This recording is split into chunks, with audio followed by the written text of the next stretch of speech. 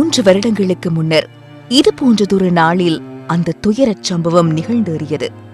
பாடசாலை மாணவர்கள், ஆசிரியர்கள் உள்ளிட்ட 26 பேரை ஏற்றிய படகு பாதை கென்னியா கொரிஞ்சாக்கேணியில் காலையில் தனது பயணத்தை ஆரம்பித்தது. ஆற்றின் நடுவில் படகு பாதை கவிழ்ந்து விபத்துக்குள்ளானதில் மாணவர்கள் உள்ளிட்ட 8 பேர் உயிரிழந்ததுடன் சுமார் 20 பேர் வரையில் காயமடைந்தனர். இந்த சம்பவம் நடந்து 3 ஆண்டுகள் கடந்துள்ள போதிலும் அது ஏற்படுத்திய தாக்கம் ஆறாவடுக்களாய் பதிந்துள்ளது.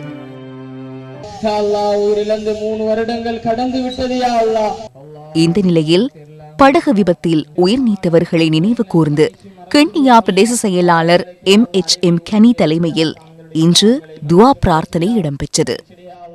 இப்பொழுது கூட அந்த பயணம் மிக கஷ்டமான முறையிலே தான் பயணித்துக் கொண்டிருக்கின்றார்கள். கடந்த அரசு இந்த பாலத்தை நிர்மாணிப்பதற்கான வேலைகளை செய்யும் வகையிலாக முயற்சிகளை மேற்கொண்டாலும் இதுவரையிலாக இந்த பாலம் நிறைவு செய்யப்படவில்லை.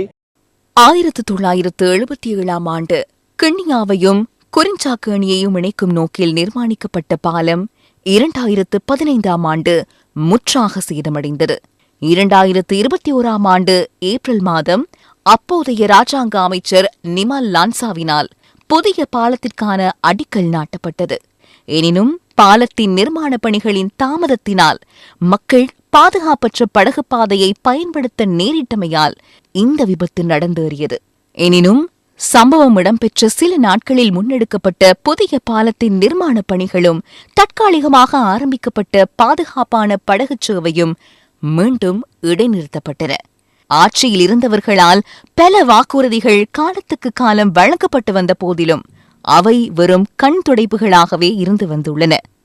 வருகின்ற காலம் டிசம்பர் மாதம், வெள்ளம் பெருக்கெடுக்கின்ற மாதம். இதே தருணத்திலே தான் இந்த 8 உயிர்கள் காவு கொண்டன. வந்திருக்கின்ற நாட்டின் ஜனாதிபதி அனுரகுமார் திசாநாயக்க மற்றும் மாவட்ட பார்லமெண்ட் உறுப்பினர்கள், பிரதி அமைச்சராகின்ற அருண் போன்றவர்கள் இதை கருத்தில் கொண்டு இந்த பாலத்தை மிக சீக்கிரத்தில் செய்து தந்தால் இருக்கின்ற பாலத்தை பாதுகாக்க முடியும். இந்த முறை எலெக்ஷன் நடந்தது கிட்டத்தட்ட கோடிக்கணக்கில் செலவு பண்ணப்பட்டுச்சு. கிண்ணியாவில் ஒரு எம்பி செலவு பண்ணின கோடிக்கணக்கு காசில் ஒரு 2 கோடி ரூபா காசை கொண்டாந்து சரி செஞ்சிச்சாலும் இந்த புதிய பாலம் அமைச்சிருச்சாலும் சொந்த காசில். தயவு செஞ்சு இனிமேல் யாரும் வியாபாரத்துக்காக இந்த பாலத்தை போடுறேன்னு சொல்லி உங்களோட அரசியல் வியாபாரத்துக்கு யாரும் இதில் வந்து நிற்காதீங்க.